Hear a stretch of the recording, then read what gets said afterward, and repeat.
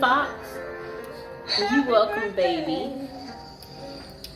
Me and Mr. Fox, we want to both be famous together. More popularity. More famous than the previous year. This is our shine year.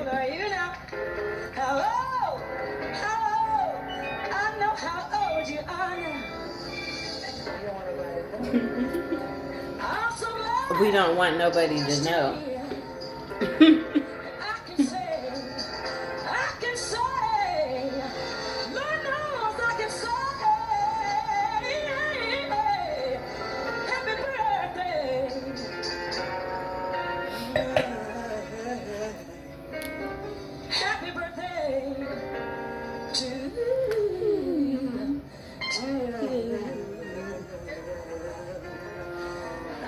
Bye, people. Okay, welcome to episode 29 of our prison series. And today we're going to talk about prison popcorn. It's called Jailhouse Popcorn from Prison Raymond. Okay, come here, Mr. Fox.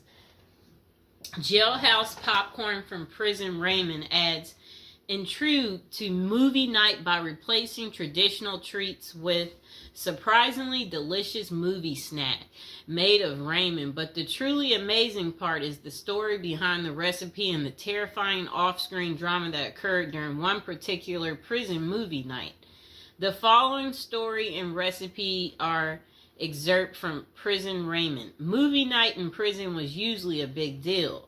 We didn't get to watch any new or R-rated movies, but they did bring a big old projector and showed movies on a huge screen in the chow hall. It kind of made it feel like you were actually at the movies. One movie night involved some famous people, but not actors. A vicious hit was carried out by members of the LA gang, the Crips. There was a guy in the prison who was a member of the rival group, the Notorious Bloods. You could tell this was a planned hit by the precise mechanics and the execution. And now would be a good time to like the video, subscribe, and share my video. Don't forget to check out all the other prison series episodes. Episodes 1 through 20, and go ahead and check out our newest and our latest episodes too. Now let's get back to it. The projector was set up and the guys were in a pretty good mood, but just as the lights went out, the movie began. The soundtrack kicked in and got loud.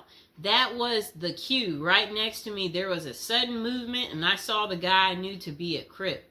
But his hand over his blood's mouth was as he simultaneously sliced his neck with one smooth, quick motion. Before the lights came on, the assassin was out of the chow hall, nowhere to be seen. That night, nothing that happened on the screen matched the drama around us. Jailhouse popcorn. Here's the ingredients. 1 pack of chili flavor Raymond. Note, chili flavor Raymond is best for this recipe. Other flavors just don't do it. So Jailhouse popcorn ingredients. 1 pack of chili Raymond flavor. Note, chili Raymond flavor is the best for this recipe. Other flavors, they just don't do it. Okay, so the instructions. Crush the Raymond in the wrapper. So if you got Raymond noodles, you just bang it up, crush it up. Open the wrapper, one end only, and take out the seasoning packet. Take that out. Sprinkle the seasoning into the crushed Raymond. Close the bag and shake it until the seasoning is distributed. Okay, so this is what you do. The instructions to make Jailhouse popcorn. Instructions. Crush the Raymond in the wrapper. Then open the wrapper on one end only and take out the seasoning pack. Sprinkle the seasoning onto the crushed Raymond. Close the bag and shake it until the seasoning has distributed throughout all of the Raymond. And that pretty much is how you make Jailhouse popcorn. I hope you guys enjoyed the video. Please like, share, and subscribe. Welcome back to our prison series. We are on episode 40, people. We're getting up there. Okay, so what's Christmas Day like in a high security prison? And this is coming from someone that spent 21 years in prison. So they said, of course, Christmas in prison isn't like Christmas out there in the real world. But at the end of the day, it's still Christmas, and the effort is made at some institutions to make inmates feel the holiday cheer. The person said during their 21 years of incarceration at 7 different federal facilities, they witnessed the whole spectrum in regards to what inmates and staff were willing to do during the holiday season. A lot of inmates didn't care. It was just another day on the calendar to them. They were more interested in gangs and drugs and politics and making moves. The same with the staff. Some correctional officers and administrative officials could care less. They were there to do a job, and Christmas didn't come into the equation. But Christmas in prison can be special if the staff and inmates cooperate to make it so. Prison life is bleak and stark. Even the hardcore convicts need a little Christmas spirit. It helps to lighten the mood, let everyone relax, and even put their guard down for a minute. The following is what I experienced at the various institutions I was housed at during Christmas time, and how it differs from the life on the outside. It was never super special, but it helped to break the routine. And okay, so then they said presents. Getting presents in prison is frowned upon. You always hear the stories of the XX predators putting candy on the new inmate's bed. And if that new inmate takes the candy, well, you get the picture. Anytime someone gives you something in prison, it immediately makes your radar go up. Like, what is this dude's angle, or what is he after? That means there is no secret Santa or gift exchange in prison. A secret Santa present on your bunk might mean someone is trying to make a move on you in a way that you might not want. If someone did that to me, I would be out on the tier trying to find out who it was so I could beat them up. And now would be a good time to like the video and to subscribe to the channel. Are any of you out there going to be in prison for Christmas? Or know somebody who's in prison for Christmas? Maybe put some money on their books so they could get some candy. Okay, but saying all that, the staff does give out Christmas bags every year, and that is a big event. It's a big bag of candy with Reese's peanut butter cups, Hershey's chocolate bars, honey buns, grandma's cookies, and much more. Yum. Honey buns, grandma's cookies. Okay, so a nice bag of exclusive items that you don't normally get. As soon as the staff gives out the bags and then unlock the doors, it is a pandemonium on the tiers as the block turns into the New York Stock Exchange. And everyone is bartering their items, trading them off and selling their bags. I've seen prisoners trade cigarettes and drugs for Christmas bags. Everything in prison, even Christmas bags, becomes currency. Wow, people.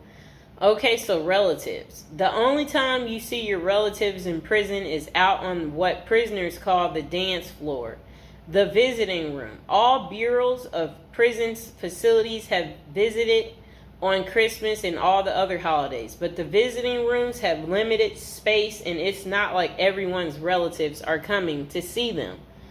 Okay? Only the lucky few in prison get visits on Christmas. For most inmates, the only time they see their relatives at Christmas is when their family members are locked up with them. I had a few visits on Christmas, though. There is usually a tree with presents under it and an inmate photographer so that you can take pictures and document your holiday visit with your family. Deep in the neither world of corruption and violence, the only thing is that if you hit the visiting room at Christmas, then you usually miss the holiday meal. But that's normally cool because on the dance floor, you can get all types of exclusive items out of the vending machines that you don't normally have access to. So it's a double bonus. You see your family and eat good, at least by prison standards. So then this person said, prison life is bleak and stark. Even hardcore convicts need a little Christmas spirit. And then the next person said, dinner. The Christmas meal is big. It's one of the only times of the year where the chow hall actually makes an effort to give you a decent meal. There will be corn, stuffing pie, and big Cornish hen. They fill your tray up to capacity and you are allowed your feast. Isn't that good? But the big feasting comes afterwards as the kitchen workers smuggle everything that isn't chained down back to the units. Later that night after Christmas meal, you can get pecan pies, ice cream, and more Cornish hens back on the unit. Isn't that really good? That sounds beautiful. Now would be a good time to like the video and to subscribe. Comment below if you like me doing this prison series and you want to continue to hear more. Okay. So games. In the game rooms, the prisoners go hard on sports. The NBA games dominate the television at Christmas. Prisoners watch games all day, shuffling off to the phones during commercials to call their loved ones and feel some holiday love. Guys will be betting, drinking prison-made wine that we call hooch, eating their smuggled pecan pies and dreaming of the new year and the time they will get out to enjoy a Christmas in the real world. The recreation department also hosts events like bingo card, pool, chess, tournaments, and craft activities. They attempt to go the extra mile for the holiday activities and provide a diversion for inmates missing their family and loved ones during Christmas. Okay, so then they said decorations. Wow. It depends on the counselor and case manager from each unit, and sometimes even the warden for the whole compound. But I've been places where the staff will let you decorate the unit and even encourage you to. At the last prison I was at, FCC Forest City in Arkansas, we put up lights, a cardboard Christmas tree, stockings on a cardboard fireplace, and even a cardboard gingerbread house that inmates made for us. Inmates made paper snowflakes and hung them from the ceilings. Put cutout stars, crosses, and Santa Claus on the walls. It was rather festive unit. My bunkie even made a little cardboard Christmas tree that he put on his locker. He painted it and rigged it up a light. At the top, that looked like a star that shined in our cell brightly. Every night for my last Christmas in prison, it wasn't that bad. And now would be a good time to like the video and to subscribe. That is how Christmas is on prison day. Did you guys like hearing about the story time of what Christmas is like in a high security prison? If so, comment below, and I will see you guys next time. Welcome to our prison series. Today we are going to give you an update on P. Diddy and what his Christmas is going to be looking like. This is prison episode number 41. Welcome. If you're new to the channel, don't forget to like the video and don't forget to subscribe. Okay, so Sean Diddy Combs, this will be his first Christmas in jail, and it includes a basketball tournament and a holiday meal. Enough, Mr. Fox. A judge denied Diddy his third attempt at bail following a court hearing, while he awaits a federal XX trafficking trial. Okay, so let's see what else they have to say. So, all right, his holiday meal, that sounds nice. Okay, so the I'll Be Missing You singer is spending his time at the Metropolitan Detention Center in Brooklyn as he awaits his May federal trial for allegations alleged racketeering and XX trafficking. Diddy has been behind bars since September. Combs, he's 55 years old and his fellow inmates have the opportunity to participate in a card game, dominoes, soccer, and a 3-on-3 basketball tournament. A spokesperson for MDC Brooklyn confirmed to Fox News Digital. Okay, so Diddy's Thanksgiving meal options in jail include peanut butter and jelly sandwiches after his bail was denied. Okay, so for the holiday meal on Christmas Day, Diddy's menu will feature baked Cornish hen, macaroni and cheese, cranberry sauce, dinner rolls, and a holiday dessert. Just sounds too good, people. However, the lunch option is subject to change. Aren't we excited for Diddy? He's going to be eating so good, okay? So again, for those of you who do care, if you want to write Diddy, again, he is at the Metropolitan Detention Center in Brooklyn, New York. That is where you would be able to write him if that's what you're interested in doing, and whatever you want to say to Diddy. Again, like the video, subscribe. And this will be his second holiday spent behind bars, as he was in jail for Thanksgiving as well.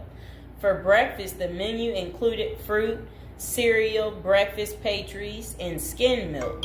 Coffee wasn't listed as an option, though it was available earlier that week. So lunch was served as the Thanksgiving meal for Combs and his fellow inmates, with a turkey roast, mashed potatoes and mixed vegetables, cranberry sauce, turkey gravy, dinner rolls, and butter. Assorted holiday pies were available for dessert, and if an inmate needed a meatless option, they could opt for hot and sour tofu. That was what his Thanksgiving was like. Diddy's getting all the good food, right? Do y'all like what he's getting? Are y'all going to be eating this good? Okay, so dinner was simpler, offering peanut butter and jelly sandwiches, potato chips, whole wheat bread, fruit, and a beverage option. Okay. So Diddy also spent his birthday November 4th at the Metropolitan Detention Center this year. Yeah. And for his meals on his big day, breakfast was the same, while lunch had a pasta option and a salad. That does sound kind of good. And dinner provided either chicken or tofu, fried rice. Why is he eating this good, people? Why is Diddy eating so good? We don't want Diddy eating like this. We want Diddy to have like butter bread, and then butter bread next to butter bread. and burnt up hot dogs. We want him to have burnt up hot dogs. That's what he should get. We want him to get stale potato salad, and then spoiled rice, right? Like stuff like that. For the homeless guy I talked to the other day, he hated spinach, so maybe that's what they need to give him. Give him some spinach. I don't like beans, so feed Diddy beans. So he can be on the toilet all day, right, people? And again, now would be a good time to like the video, subscribe to my channel. Okay, so Combs was charged with racketeering, conspiracy, and trafficking by force, fraud, and corrosion, and transportation to engage in prostitution in an indictment unsealed on September 17th. If found guilty, he may face a minimum of 15 years behind bars or a maximum sentence of life in prison. What do you think it's going to be, you guys? So, Sean Diddy Combs pleaded not guilty in September, and a judge set his trial date for May 5th. So mark the calendars, y'all, for May 5th so you can see what's going on with Diddy. Is he guilty? Is he not guilty? We're going to have to wait and see. So authorities say Combs ran a criminal enterprise through his businesses, including Bad Boy Entertainment, Combs Enterprises, and Combs Global, among others. He used firearms, threats of violence, verbal and emotional, physical, and lots of other abuse to fulfill his sexual desires, according to the unsealed indictment previously obtained by Fox News Digital. The disgraced music mogul has fought to be released from jail pending trial 3 times, and his most recent attempt, denied, was on November 27th. Diddy had offered up $50 million to wait for his trial from his home on Star Island, but prosecutors insisted that the musician was a threat to witnesses and victims. Okay? So I hope you guys understand why his bail kept being denied. So again, this is Diddy's first Christmas behind bars. How do you think he's taking it? Do you think he's made friends yet in prison? Do you think he's concerned about our friend Jay-Z, or do you think he doesn't care? Or do you think he's going to speak about something, letting us know what's really going on? So I will see you guys next time. Please like, share, and subscribe. Welcome back to our prison series. Okay, so this is to the assassin out there, the guy that got the healthcare worker. How does a girl get in contact with you? Because you know you got many admirers right now because of how handsome you are. And so this is the guy.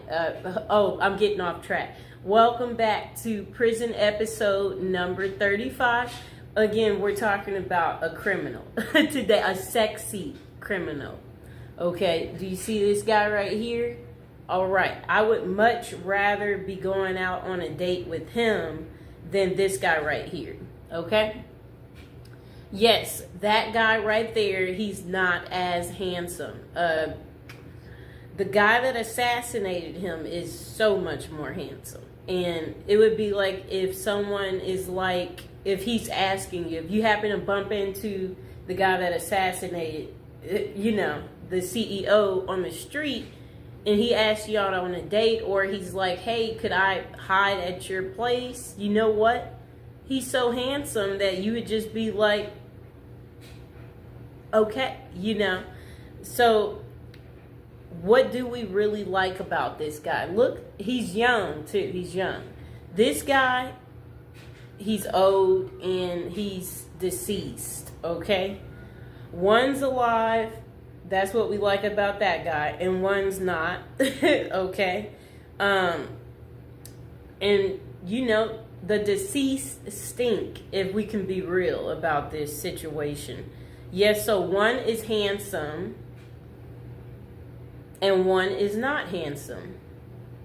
Do we need to waste any time there on why you would like to hang out with the guy that, you know, I'm just saying, you know, I'm pretty normal. I know some of you might be afraid to talk about how attractive the guy is that they're in search of. But, you know, if they capture him, what we have to say is this. At least we will be able to write him letters and, you know, we'll be able to keep track of him. But you have to remember, you know, he's single right now. We know that much because, you know, if he was married, then I can only imagine, you know, his wife would just naturally come forward and be like, that's my husband, you know. So we know he's single. So that's good news for us ladies, okay?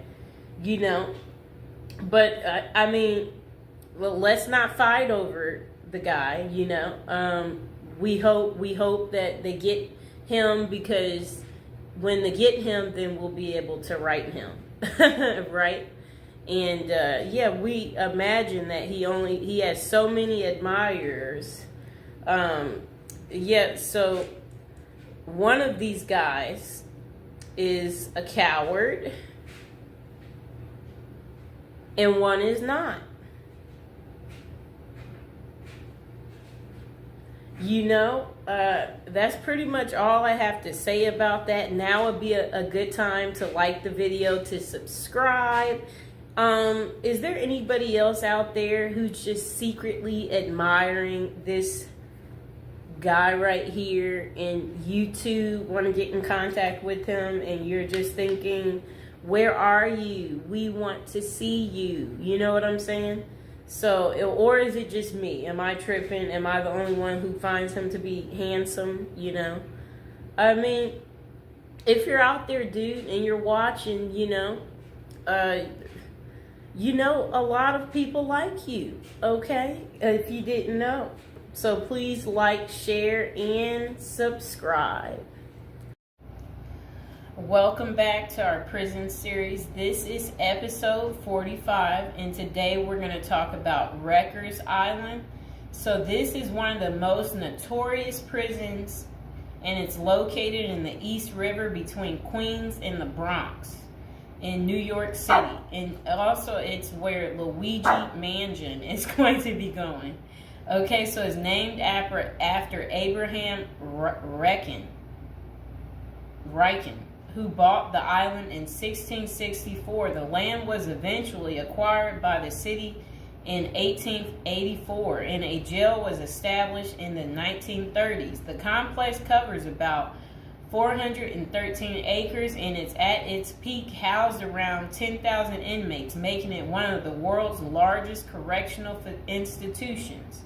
A diverse inmate population is held inside Rikers, and most prisoners are there temporarily awaiting trial, serving short sentences, or awaiting transfers to other facilities. Rikers Island is notorious for its harsh conditions, including violence between inmates and involving guards. Reports of abuse, neglect, and corruption among staff have been frequent. The treatment of inmates with mental health issues has been a particular concern, with critics arguing that the facility is ill-equipped to handle such cases appropriately. Likewise, the treatment of juvenile inmates is a subject of controversy. There have been calls for more appropriate handling in the facilities for young offenders. Numerous lawsuits and human rights investigations have targeted the conditions at Rikers Island, often focusing on issues like solitary confinement, the use of force by guards, and the prolonged detention of inmates awaiting trial. Now would be a good time to like the video, to subscribe. And are you guys enjoying the prison series? Do you like hearing about all the different prisons, learning with me together? If so, go ahead and comment below. So, when visiting Rikers, journalists and prison reforms discovered temporary holding cells described as covered with rotten food, urine, and feces and blood. Inmates were using plastic sheets for blankets and cardboard boxes for beds. Maggots crawled over everything. Up to 26 men were crowded into a single cell where they used plastic bags as toilets. Prisoners kept in holding cells, which should be used for only 24 hours or less, often stayed there for more than a week awaiting transfer. In that time, food and medical services were not routinely provided. Now let's hear that paragraph again, just a small bit of it. So, this was what journalists had noticed when visiting Rikers Island. The prison reformers discovered temporary holding cells described as covered with rotten food, urine, feces, and blood. Inmates were using plastic sheets for blankets and cardboard boxes for beds. Maggots crawled over everything. Up to 26 men were crowded into a single cell where they used plastic bags as toilets. That does not sound good, does it, people? It's disgusting. So over the years, there have been various attempts to reform Rikers Island, focusing on improving conditions, reducing violence, and providing better mental health care. Amid mounting pressure, activists and political leaders have urged the city to close Rikers Island.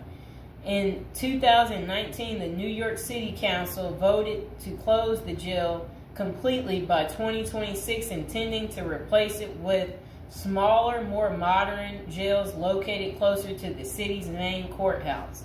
I hope you guys enjoyed the video. Please like, share, and subscribe. Okay, welcome back. We are on prison episode number 8. So today we'll be talking about how to prepare to go to prison if you know you're going. So prison is all the rage in Hollywood. We've all seen Oz, the Shawshank Redemption. Orange is the New Black, and Con Air. Their creators got some of the facts right, but they don't tell you how to prepare for prison, do they? If you're going to prison, our goal is to help you in your preparation for incarceration journey. So that's what we want to talk about to help you out. And if you're interested in learning more about prison life and how to prepare, they said online they have a copy of a book. It's like a little pamphlet, Federal Prison Handbook. And if you guys really need it, go ahead and comment below, and while you're thinking about it, subscribe. And I should be able to include some type of link below to hopefully help you. I hope I don't forget to put it down below. Or consider hiring Zukis Consulting Group to assist you in preparing for going to prison. Whether you will serve 6 months or 6 years, the tips discussed below will help you prepare for your time in prison. You can also book a free initial consultation to speak with a prison preparation coach today. For those with little experience with the criminal justice system, the notion of time behind bars can feel overwhelming. It can feel as though there is nowhere to turn, and any information you read online seems to contradict other information you've seen. We've included useful basic information below on preparing for prison to cut through all the misinformation. So they had created, it looks like, a table of contents. So I'll read the table of contents. How to prepare for prison. Going to prison. Steps to successfully prepare for prison. Learn about federal prison. Federal prison facilities. Minimum security prisons. Federal prison camps. Low security prisons. Medium security prisons. High security prisons. United States Penitentiary. USPS, Administrative Security Prison. Research your Pacific Prison. Arrival and personal property. Money in prison. Communication in prison. Get in good physical shape. Get your affairs in order. Preparing your family for incarceration. Appointing a power of attorney. Designating your point of contact. Resolving your medical and dental issues. Creating a list of contact details. Authoritative information about going to prison. Life in federal prison.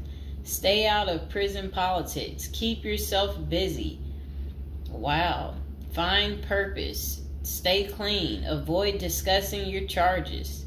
Learn the rules. Be polite and respectful. Have a good attitude. Don't struggle with how to prepare for going to prison. We're here to help. If only Diddy had this. Okay, so now let's get into how to prepare for prison. It's essential to prepare in advance if you have been convicted or pleaded guilty to a criminal offense and are waiting for sentencing. According to the United States Sentencing Commission, the average federal prison sentence imposed is approximately 147 months. That's a lot. Less than 20% of offenders serve a prison term below 5 years. This means no matter the nature of your offense, your confinement to federal prison will likely disrupt your normal life for a minimum of a couple of years. Essentially, adequate prison preparation eases the transition to your new life behind bars. It might not take away the hard realities that follow losing your freedom, But knowing what to expect and how to navigate your life inside the prison can be the difference between a smooth transition and a turbulent offset. Losing your freedom is hard enough, especially for your emotional and psychological well-being. Thus, managing any preventable hardships or mishaps can go a long way in promoting your mental health while serving your sentence.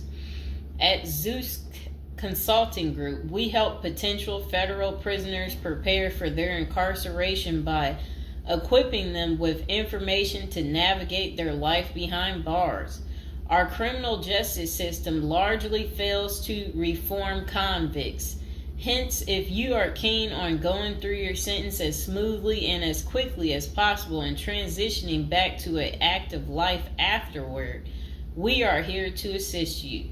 If you get in touch with us immediately after your conviction, our team can offer expert coaching on making a favorable impression at sentencing to secure a more lenient judgment. In addition, we coach our clients on how to live a meaningful life during confinement by cultivating their abilities, keeping them out of trouble, and developing an excellent record. These are essential factors that can enhance your overall life in prison and improve your chances of serving a shorter sentence. Okay, now let's get to the part talking about going to prison, steps to successfully prepare for prison. At the Zuski's Consulting Group, they walk through the various steps you need to take adequately to prepare for a smoother transition in your life in prison. Generally, criminal conviction comes with potentially life-changing consequences, and the period before incarceration is the hardest for most people and their families. We understand you may be stressed and anxious about what lies ahead. For this reason, we are committed to providing you with essential coaching that you can implement immediately to get you ready for custody. Let us take a look at some of these preparing for incarceration tips. Learn about federal prison. Depending on the nature of your offense, the court might order you to self-surrender, or you may go into the custody of the U.S. Marshal Service. Whichever way, you need to arm yourself with knowledge on what to expect in the federal prison you report to. This means reading quality prison preparation books and speaking with a knowledgeable advisor who has ideally done substantial prison time in the system where you will be incarcerated and at the same security level. So if you know someone who has served as much time for you as the same charge that you have, that's the mentor you should be talking to and linking up with to learn more about what prison life might be like. Okay, so it says the Federal Prison Handbook, the definitive guide to surviving the Federal Bureau of Prison, is the best book for this. We tell it like it is and do not offer false promises to scare you into opening up your checkbooks. Take this step seriously. You must build an informational foundation to make good decisions in prison. Federal prison facilities. There are over 100 federal prisons across the nation, and they operate at 5 different security levels: minimum, low, medium, high, and administrative. The security levels are determined by features such as security barriers, presence of external patrols, detection devices, guard towers, type of inmate housing, cell or dormitory, staff to inmate ratio, internal security measures. Below is a rundown of the features of each of the security levels. Okay, so it says minimum security prisons, federal prison camps. Dormitory housing, low staff to inmate ratio, limited or no perimeter fencing, work and program oriented. Prisoners with less than 10 years remaining plus minimum violence history. Okay, so that was for minimum security prisons, which is federal prison camps. Okay, so low security prisons mostly is dormitory or cubicle housing, higher staff to inmate ratio compared to minimum security prisons, double fenced perimeter, strong work and program offerings. Prisoners with less than 20 years is what low security consists of.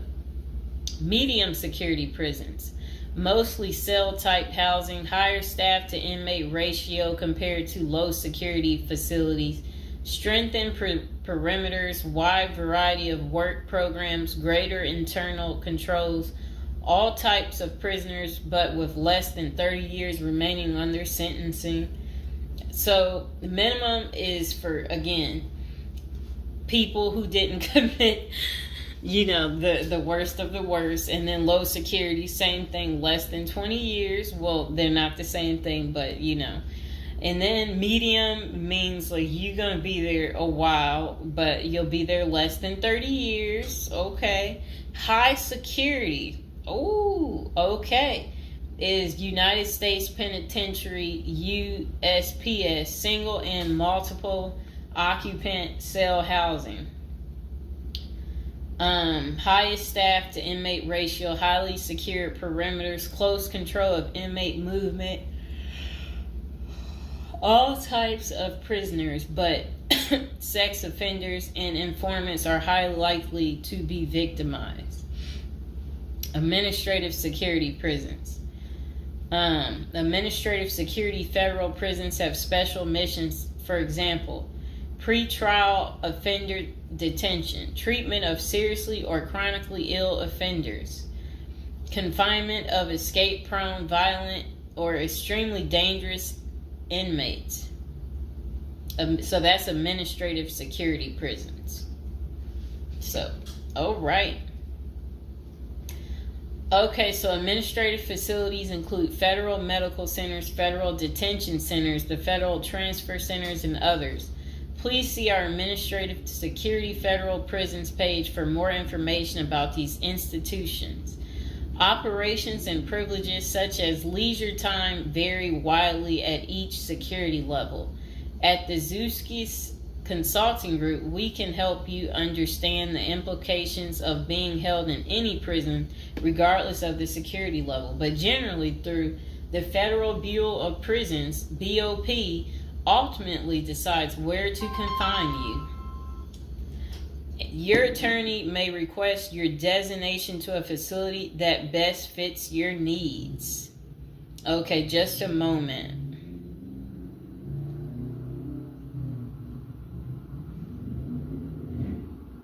I'm trying to figure out how do I'm going to this. Let's see.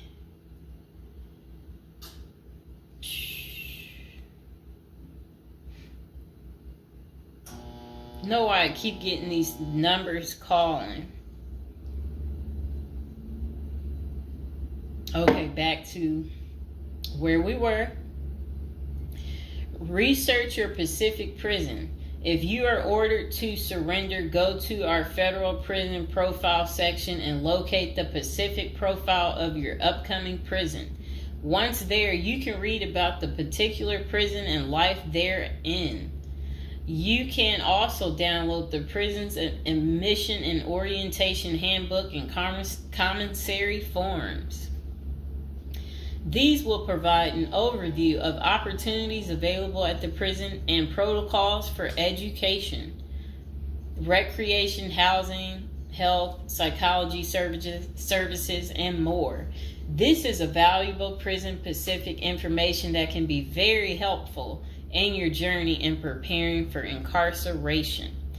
Okay, so arrival and personal property. Whichever prison facility you are designated to, prison staff from medical case management and psychology services interview and screen you upon arrival. Later, you join the admission and orientation program for formal orientation into the facility's procedures, programs, policies, and services. Moreover, BOP restricts the personal property you can take when entering the prison or retained during your stay. Criminal defendants who self-surrender to their institution may keep the following items: plain wedding band, plain earrings for females, legal documents, orthopedic or medical devices, approved religious items, prescription glasses. While you surrender in your civilian clothes, you will be given an option to throw the clothing away, donate it, or mail it home. The prison issues you clothing, bedding, and hygiene items upon arrival.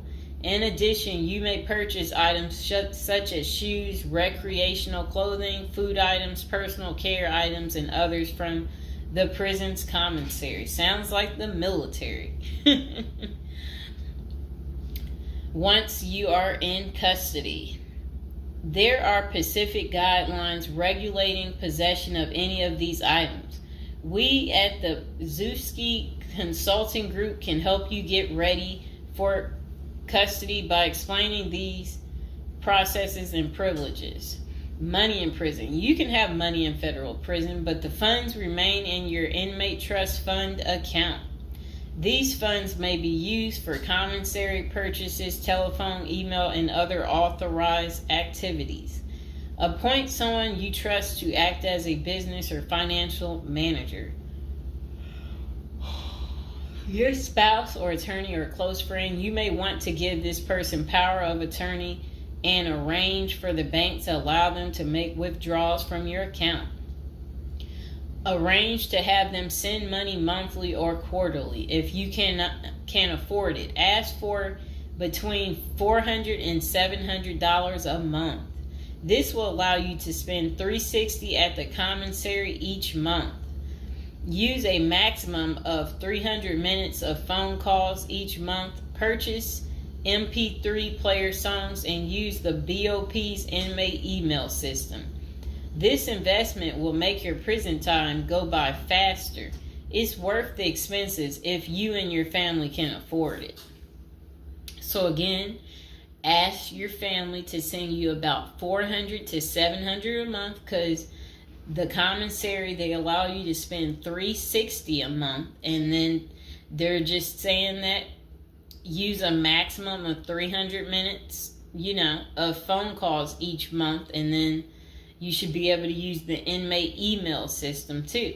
In addition, your family and friends can send you money through MoneyGram, Western Union, United States Postal Service. Please see our page on sending money to federal inmates to learn more. Note that your account number must be affixed to all such transactions.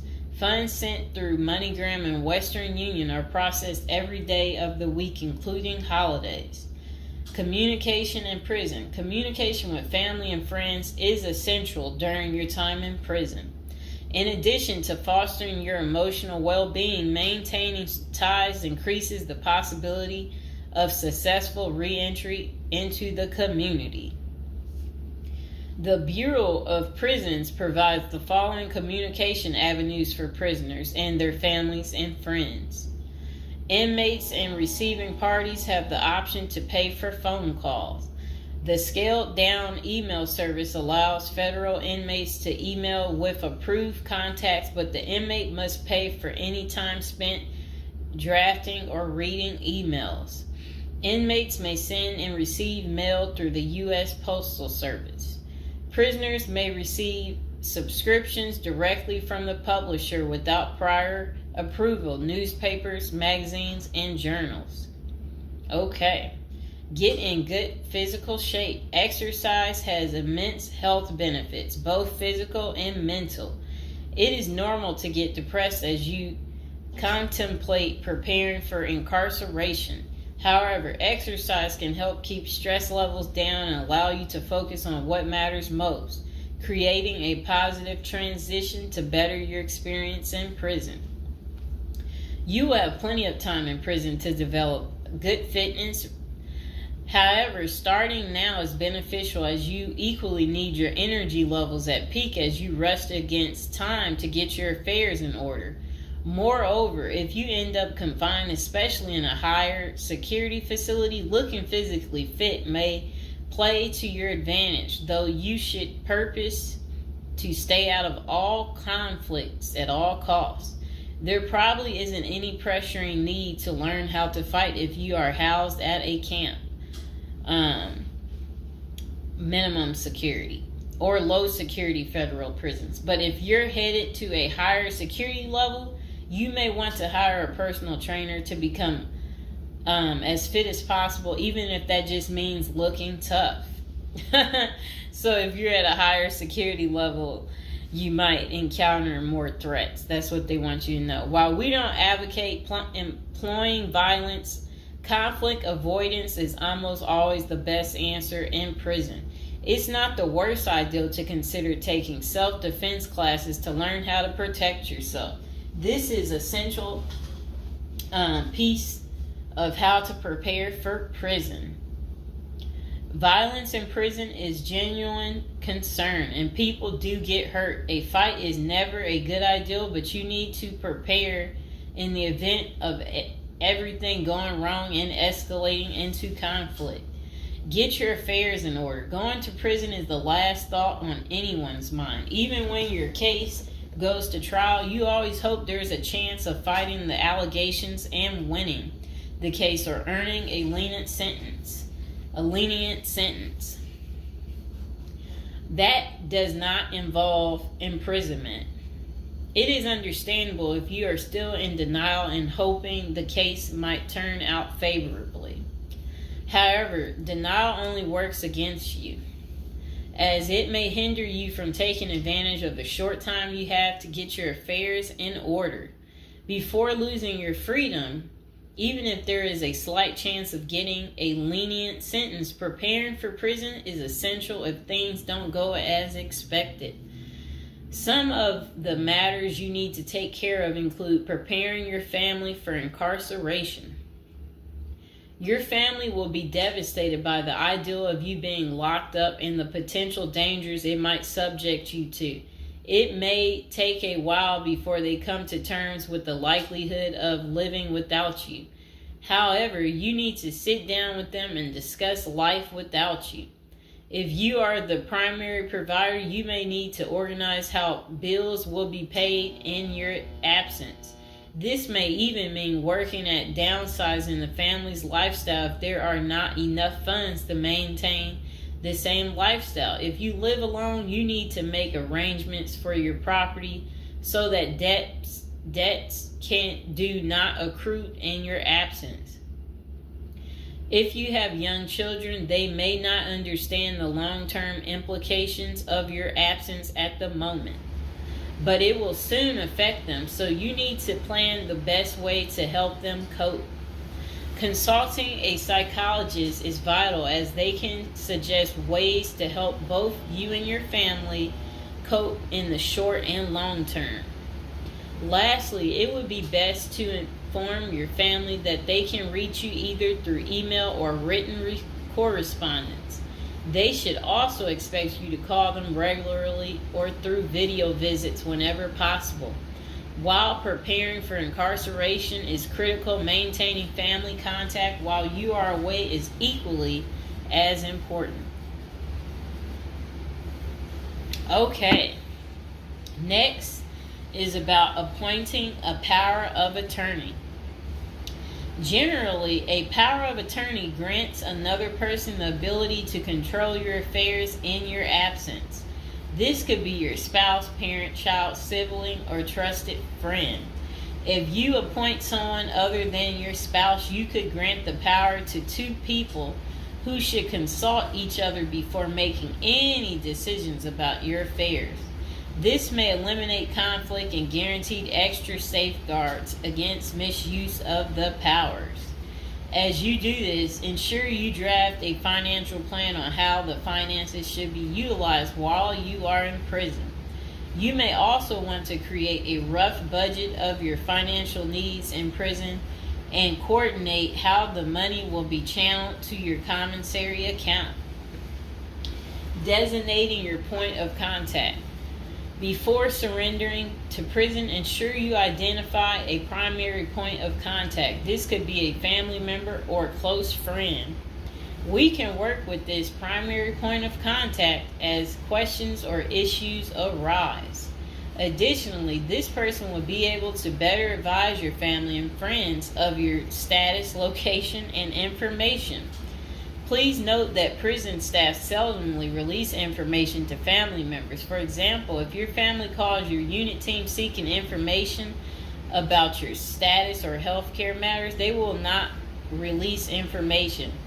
With this being said, we have our clients sign a release information authorization, thereby enabling prison staff to disclose information to our team members. Next says resolving your medical and dental issues. Medical and dental services are available in federal prisons. However, they may not match the standards of your current providers. Care is often substandard, slow, and usually not forthcoming. This is a crucial element in preparing for prison. You will do yourself a big favor by dealing with this now and not waiting until you are in prison. If you have pre-existing medical and dental issues, get an evaluation from your doctor before surrendering. Likewise, it can be a very good idea to update your glass prescriptions and resolve any dental matters before surrendering. It can also be helpful to obtain complete copy of your medical records from your doctor. If you take any prescription medications, ask your doctor to draft a letter explaining what the medications are, and what underlying conditions they treat.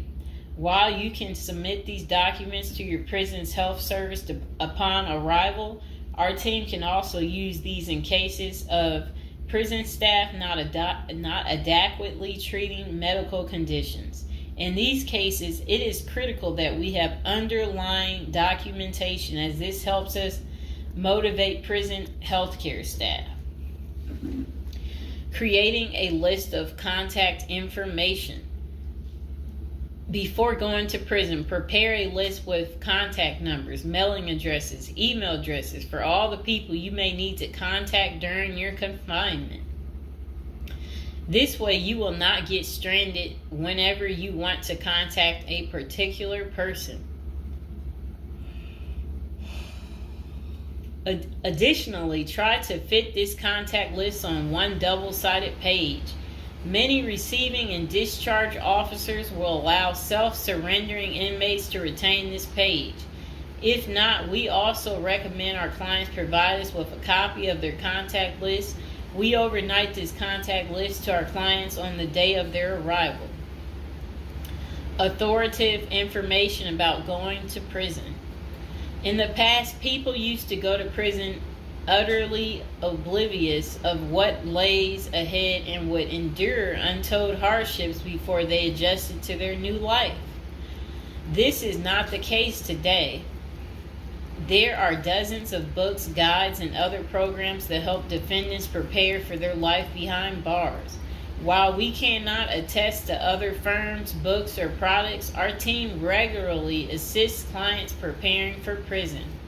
Here are a few of our book offerings: Prison Education Guide, Federal Prison Handbook, Directory of Federal Prisons. While waiting for your sentencing or self-surrender date, ensure you gather as much information as possible to enlighten yourself.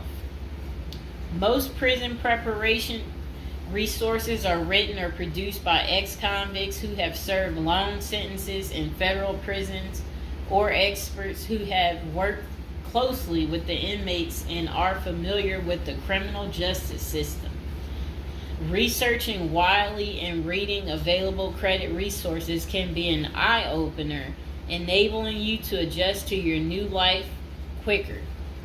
Aside from reading prison preparation books and guides, you may also seek out prison consultants to answer your questions and provide insights on the ins and outs of prison.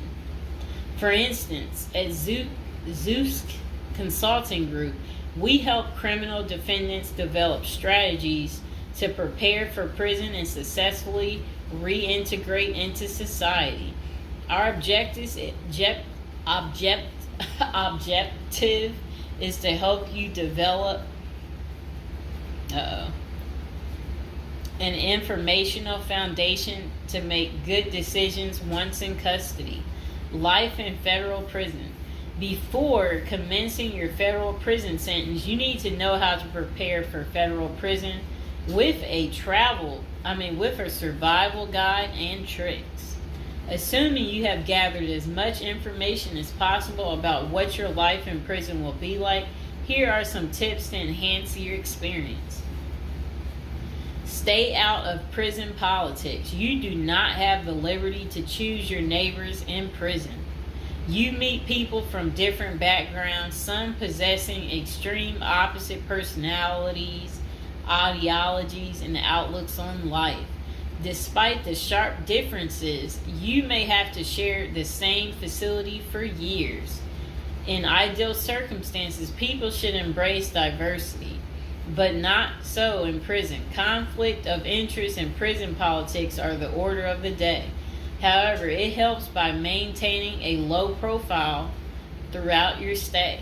Otherwise, if you indulge in politics and things turn ugly, it may compromise your chances of coming out unscathed. Keep yourself busy. Federal prisons require medically able inmates to work. As soon as you arrive, ensure you find a job that you will enjoy. If you don't obtain a job on your own, prison officials will assign you a work detail.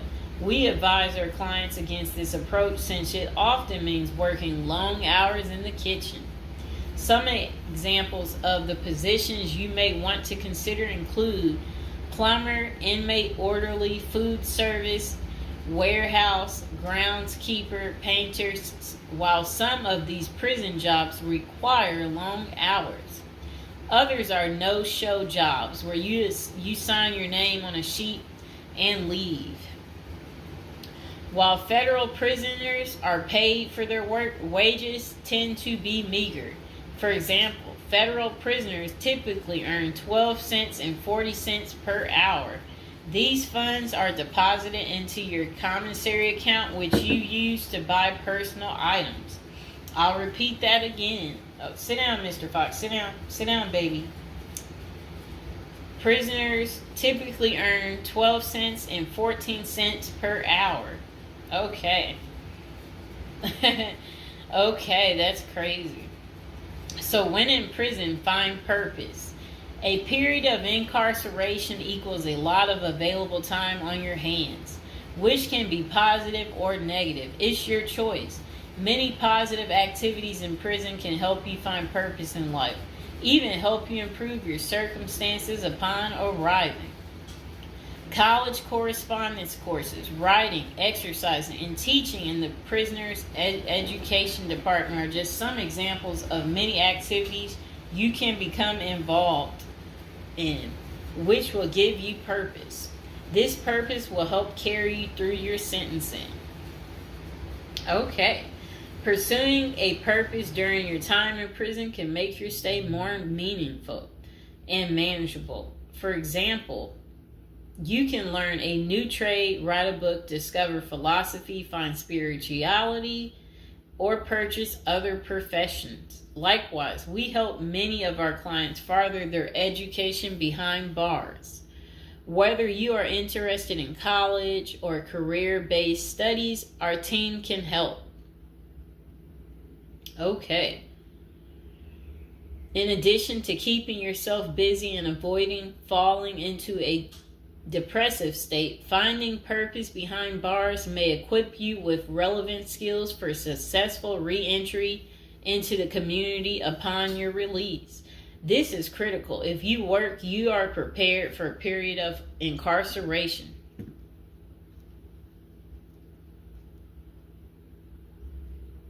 So, yes, that's very critical. Thinking through potential activities is a critical step in figuring out how to prepare yourself for jail. How you find purpose is up to you. One of our clients, a doctor before his incarceration, spent his time helping those who need physical therapy. Find something that works for you. It is a good idea to put a plan in place so you can focus on the day of release from the time you enter.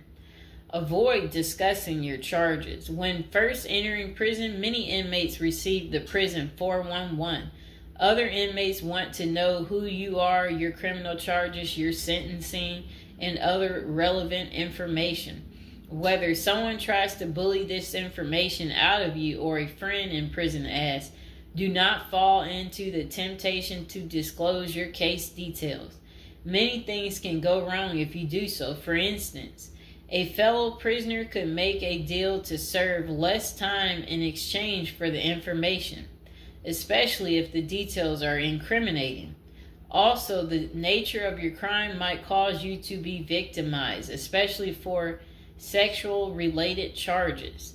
Please contact us at the Zeus Consulting Group if you are concerned about these types of disclosures.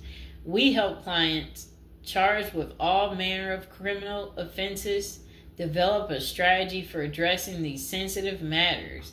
This is especially important for clients charged with sexual offenses or who have testified against others for a sentence reduction.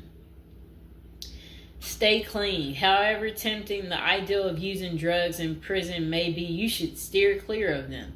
This is a key area for in-prison conflict among fellow inmates. Likewise, inmates caught drinking alcohol or using drugs are often severely sanctioned. While this can be an appealing avoidance avenue, especially when struggling with depression, this is not the answer.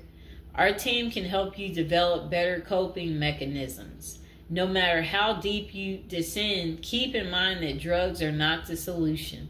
If anything, they are likely to aggravate your mental condition. Always remember there are far better coping methods such as remaining physically active, finding purpose, keeping in touch with family and friends, if possible, and seeking professional counseling.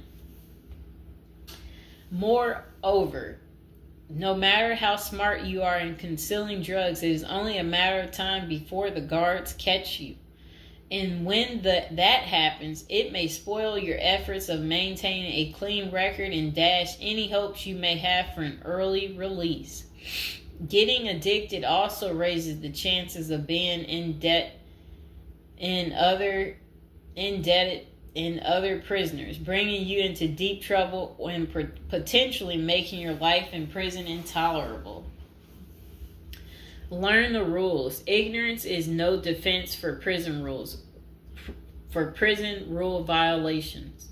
Even if you did not know they existed, breaking rules in prison can get you into serious trouble.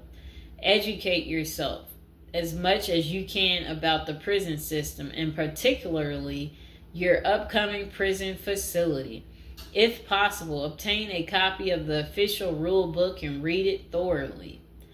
And note, the team at the Zeus Consulting Group regularly defends clients in prison disciplinary hearings. Our team can research the underlying incident, draft a statement for you to issue to the disciplinary, and manage all internal appeals challenging a conviction.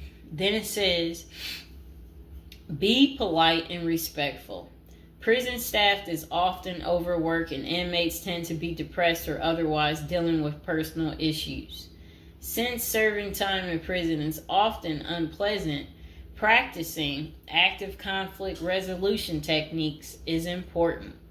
Tempers are likely to flare quickly, and you do not want to step on anyone's toes. As a general rule, being polite and respectful is the best way to survive in prison, while reducing headaches and other interpersonal conflicts. Even when a staff member is unreasonably demanding, avoid engaging in actions that might make them feel challenged. Being polite and respectful can go a long way to making your time more manageable. Next thing is to have the right attitude. The moment you enter prison, your life takes a turn. You might lose friends, family outside of prison. Even those you did not expect to abandon you may just do that.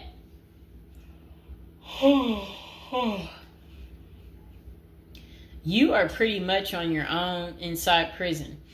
Other inmates may try to take advantage of you. Going to the guards for help is often a bad idea, and that can have serious repercussions. With such a gloomy situation, you need to polish up your attitude and prepare for incarceration.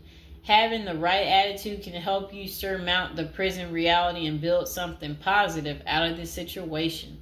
The team at Zeus Consulting Group can help you prepare for the experience to come and plan for the unexpected.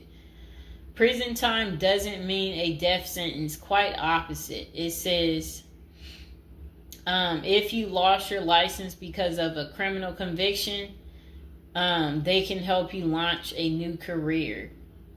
Okay. So they're just saying basically, there's no reason you can't leave prison without a degree or a better prospect for the future. Don't struggle with how to prepare for prison. It says that use the Zeus Consulting Group and let them help you. Okay, because they're basically saying prison is never easy. They said they know what awaits you in prison and the tactics you can employ to have a smoother life behind bars. Going to jail or prison is never easy, but with directed effort, you can lead a productive life during this experience and after. Okay, so that is pretty much how you prepare if you are going to prison.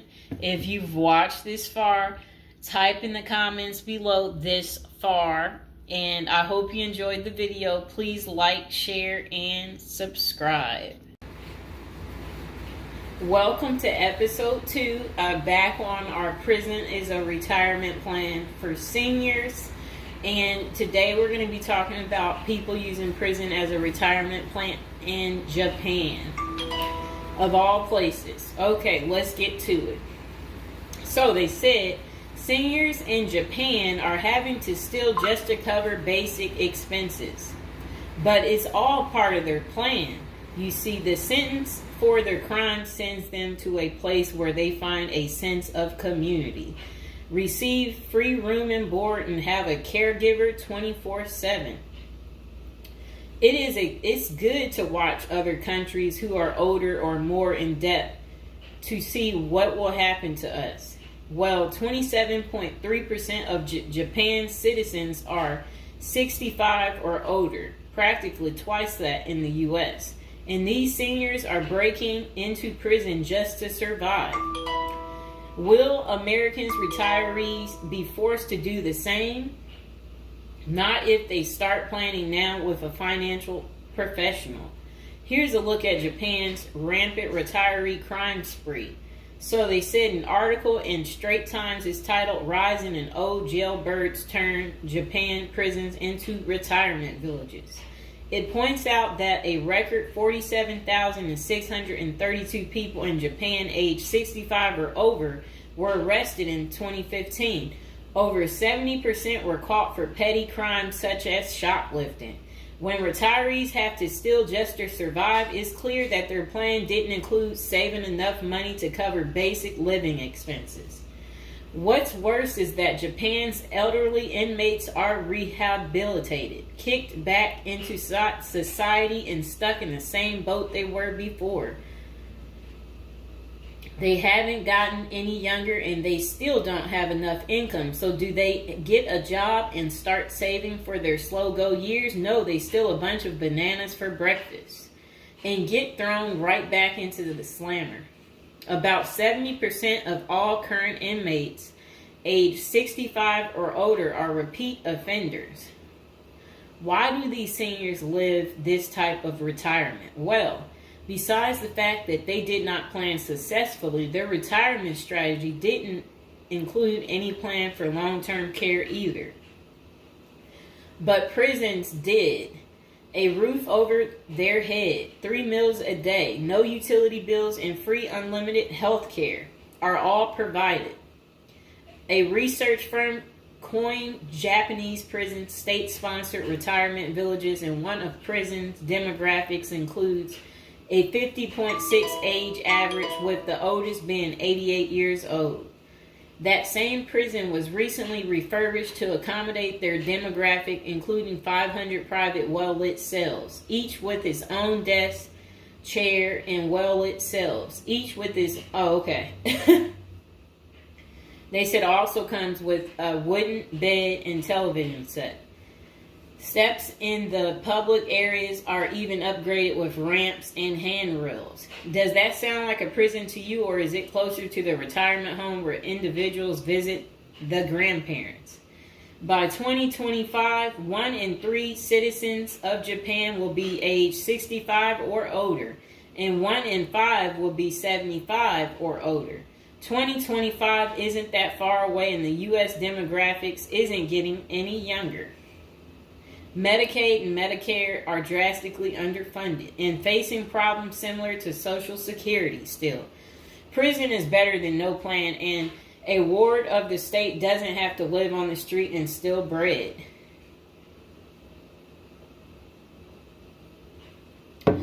Okay, so that was pretty much the end of that. Do you guys feel sorry for them? Do you agree with it? Is this still your plan, your retirement plan, since you didn't plan? Or is it your backup plan? Is your plan A, plan B, plan C? Well, we will do another video about this coming up. Just be patient, and we will get to it, and we will find out if prison is going to continue to be the perfect place for you to retire. And again, if you're watching from prison or you were recently in prison, don't be afraid to like the video, subscribe, and comment below. Bye. Hello, welcome to our first episode. We're going to do a little storytelling about, prison, different subjects every day. Okay. So now we're going to be talking about people using prison as a retirement plan. It's a little odd, right? But the previous day I was doing videos on like retirement type of situations for people, and I was so shocked. So people were like, they ran out of money, and then they were like basically saying that their retirement plan, since they have no money, is to commit a crime so they can try to figure out how to pay. So because they said they can't keep paying anymore because basically they don't have enough money and they didn't make the right choices when they were younger. Okay, so let's get into people's opinions online talking about prison as a retirement plan. Okay, so this person said, hypothetically speaking, of course, that said, I think prison as a retirement plan might be sound. 3 square meals, climate control, a bed and medical care, a decent library, assuming hardened criminals don't mess with the old guy, and relatively quiet time to read or write. Interesting. I think you could shop prison systems like you would a retirement home and commit the crime in the appropriate manner. Then this person said, help me understand how prison would be worse than a retirement home or sitting in front of a TV. And they're trying to say, yeah, prison doesn't have the costs. And here's Mr. Fox making his appearance like he usually does. You no longer have to pay taxes or have any costs associated with retirement. You can be completely reckless and not save up money to support yourself in old age, and you can enjoy life now. If you are lucky, you can work in the hobby shop all day making license plates. You can be terrible at that and still get food. You don't have to listen to an old lady nag every day before you argue that you won't be able to visit your kids.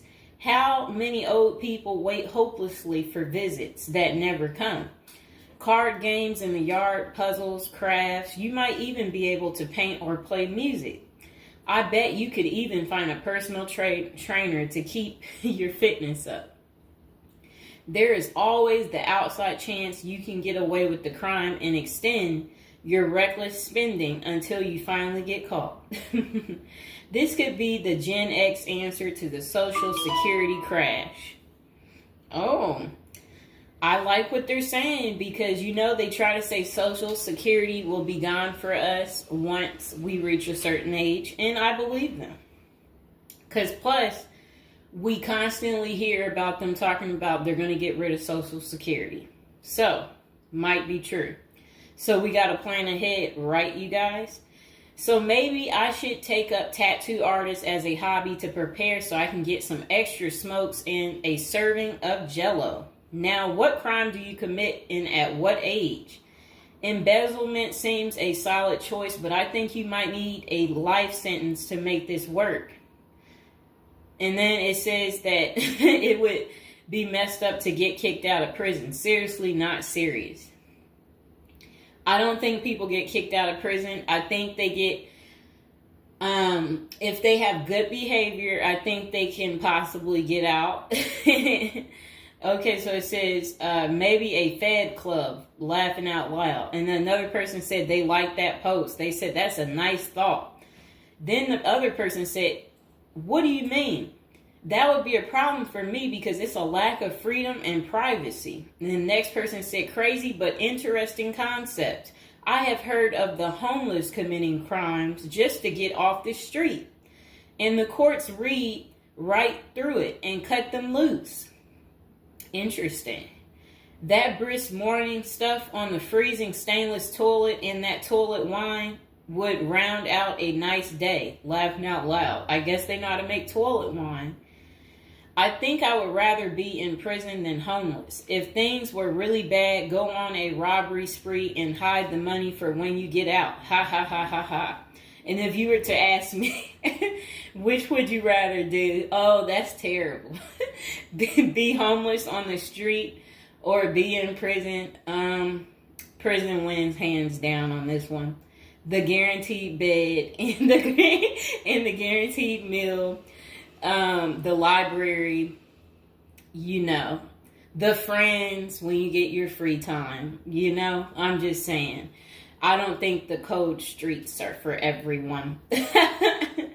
Okay, so this person said, I'm guessing these are also an issue in a retirement home, except you still pay taxes and rent. I have to guess, but gawking the old guy is not going to be high on the list of pastimes for convicts. Spider is so, wow. I don't think we want to say that. Okay, so this person is talking about people being taken advantage of in prison. So we will skip that part because the way they wrote it was inappropriate. So the next person, they showed a big guy and said, don't be wasting no soap, pick it up. So these are the kind of people that you will encounter. Okay, I guess he's the booty bandit. All right. To expand upon this, I would fly to Sweden and then do something at the bank I saw. You know what they was talking about. I saw a documentary on the Swedish prison system. It looked nicer than many retirement homes, laughing out loud. Then this person said, is this like a shining moment like Johnny in the Mountains, laughing out loud? This person said, I'd retire to a dirt cheap third world location before intentionally going to prison. This person said, I was just thinking that maybe I could piece together a few of my old friends and we could have a crew. Then we all go in together. Book club, card games, and coffee every morning. The crime is going to have to be digital because I'm not thinking in my old age I will be agile enough to carry a lot of loot. And then this person said, isn't that tax evasion, white collar crimes, and a pot grower? Heard they have a sweat lodge and tennis courts. I don't know where they have that. Okay, so we had another person talk about how much they love women. So yeah, they said they don't intend on going. Okay, just a moment. I'm gonna get my water.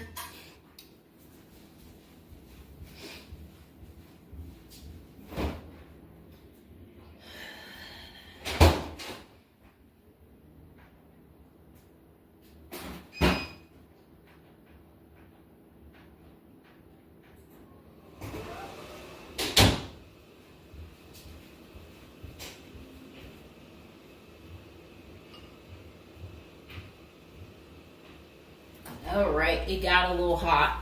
Okay. Now, this person said, I'd rather go to a cheap third world island and live life as a local fix-it guy. Putter around, live on the beach, fresh seafood, and a tan booty. It's a pirate's life for me, mates. Next person said, I took what looked like a shortcut one morning. And they're talking about something about a prison cop. I don't know what that means, and I'm not going to say it. Okay. This person said a failed bank robbery would be pretty simple federal crime. On the other hand, I think even a basic social security check will go pretty far in the Philippines, Mexico, and Colombia. I think they're right for those countries. This person said, my broke buddy is doing okay in Thailand. This person said, I'm thinking about spamming forums with CBD gummy ads. Certainly, committing internet crimes would make it a federal case and qualify them for a federal country club prison. And they said they're currently in beta testing phase. I'll let you know how it pans out. That's really sad. This person wrote this in January of this year. That's sad that this is what the people are doing. Well, at least you know what not to do. And then another person said, well, it worked out rather well for Otis. They showed a picture of some guy. I don't know who this guy is, but that's who they said it worked out for. And then this person said everybody has that one person that they weigh whether or not their demise would be worth a life sentence. And then this person said, well, nowadays all you have to do is agree with Trump, like say over at the Capitol, and post it online. And then this person said, P.S. I hear San Quentin is nice. Happy face. And then they, I guess, posted something about that prison. The person is trying to say that the prison guards at San Quentin are friendly. I doubt that. This person said, you got too much time sometimes. And then this person said, I think if old age and life in retirement got so bad to the point I was considering prison, I would think I would eat a bullet first. Okay. This person says, take out a politician and live like an illegal immigrant. Better than the middle class nowadays. Whatever they mean there. This person said, first off, if you are a Gen X or younger, getting an SS payment, that crap is estimated to crash the year I qualified. We were taught that our senior year of high school back in the 80s, so we can't plan for that. Second, I think the chances for clean drinking water will be better in prison than in a third world country if you choose wisely. I didn't think about that. So stick to the U.S. prisons if you're really thinking about this. It said banks don't keep enough money these days. I think I will be too old to try and take down an armored car. Gotta go with a federal crime that is a light lift, maybe a Ponzi scheme. Does anyone want to pre-order a UTV? Question mark. This person said, might want to rethink your screen name if you're going with this plan of retirement. Just saying. Maybe something like Spider or Smiley, question mark. This person said, this is a nice big Ponzi scheme. Throw in some racketeering and evade federal income taxes. Just be sure. Plus you'll have a blast before you get caught. They did a little emoji with shades on the cool emoji. This person said if you land in a California prison, you even get yoga classes, free education, and you have a government-sponsored sex change. So you can end up in a female prison eventually. Rob, we won't say what they said there. Oh, wow. That's really sad what they put. You already know what they said if I stopped right there. Okay, hold on. The next person said, you're going to want federal minimum security. Identifying as a woman would have perks, but you would have to listen to your cellmates for the rest of your life with nowhere to go. This person said, we can tell that some of us have never been to prison now, can't we? And then this person said, only an inmate at RDP. I don't even know where that is. This person said, Social Security won't go away. It will just be reduced by about 25%. Hopefully all these millions of illegals will get work permits and start paying into the system so the cuts won't be needed. We'll still get something, but it will have the purchasing power to get us 2 Jersey Mike sandwiches a week, laughing out loud. Next person said, the unwanted being taken advantage of in prison is a hard no for them. So they don't want to go because they're not interested in being taken advantage of by the same sex. Okay, good reason. This is what goes on in prison. Next person said, I nominate this creep as a test mule for your plan. I always wonder what happened to the creepy banjo kid from the movie Deliverance. This person said, okay, it turned bad. Okay, so we won't read that post. This person said, here's a retirement plan. Go to Mexico, denounce your U.S. citizenship, sneak back across the border, get free phone and benefits, and I hear in Maine you can get a housing allotment and a stipend plus free medical. This person said, one of you guys that works for me is a Venezuelan expat. He and his wife have been building/buying houses in Colombia as investors. Crazy cheap. He spends a couple of weeks down there a few times of the year and doesn't spend squat. Usually the airfare is the most expensive part of the trip. And then this person said, hey, that was my college meal plan. I had about $20 a week. I'd pay a cold Subway sandwich and eat about 2-inch slice a day. And then store the rest in the fridge. And this person said, I have one list that has 2 people on it and another is a page long, whatever they mean there. This person said, only one problem is that Social Security was put in the public fund illegally, so it can never actually run out of money. Of course, no politician wants you to know that. Our good buddy LBJ is who you can blame. Next person said, sounds like someone has a secret desire to get their crap pushed in. Just come on, completely out of the closet, bro.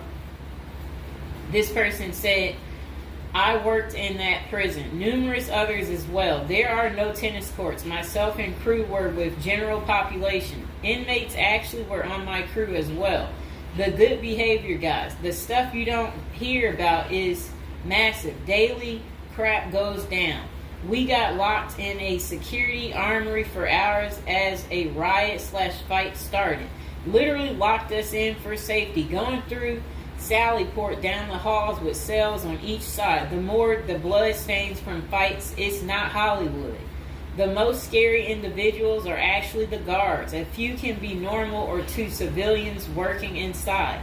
Most don't separate good and bad humans very well, at least not behind the walls. I made a promise to my family and self I would never do a prison project again.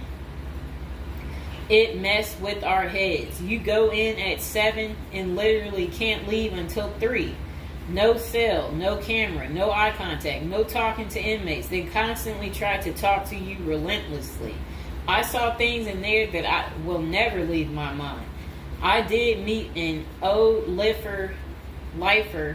I was taken to the guards' cafeteria for lunch. The cook had been in that same kitchen for 30 years. He was a pretty friendly old guy. He knew he had it good, but hadn't been out of the walls for over 40 years. I have many, many stories, but I don't tell many, especially on social media. Really, it's not worth the risk of telling. The women prison in downtown San Diego is really crazy scary. Many don't know right in the downtown is a maximum prison operated by one of the big business operations. Okay. Series not seriously a good topic. Okay. And we have one more person telling us something. Years ago, I was at my buddy's house. His older brother had just got out of prison. I didn't even know he had an older brother and no clue what he was in for.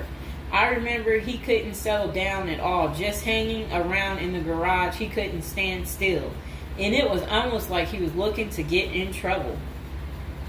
One Friday after work, I swung by to see what was up. The boys were hanging out in the garage, drinking beers. Steve was getting all irritated about something again. Basically nothing. And then out of nowhere, he blurts out, "I ain't afraid to go back. I'm just a punk in a bunk." That's really funny. I got out of there. Too much of a scene. Okay. This person said they still think prison's a retirement plan.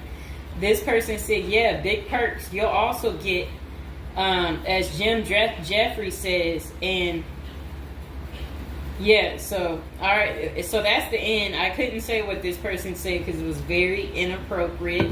So that's the end of episode 1 for prison as a retirement plan. And hopefully, you guys think this through. If this is something you're really interested in for real, you will want to continue with the series of, me talking more about prison, so we can get you ready and prepared if that's really what you're into. If any of you out there are watching from prison, we would love for you to like the video, subscribe, comment below, let us know, your prison stories, if you used to be in prison or if you want to go back. We want to know that too. So go ahead, don't be shy, comment below, and I hope you guys enjoyed the video.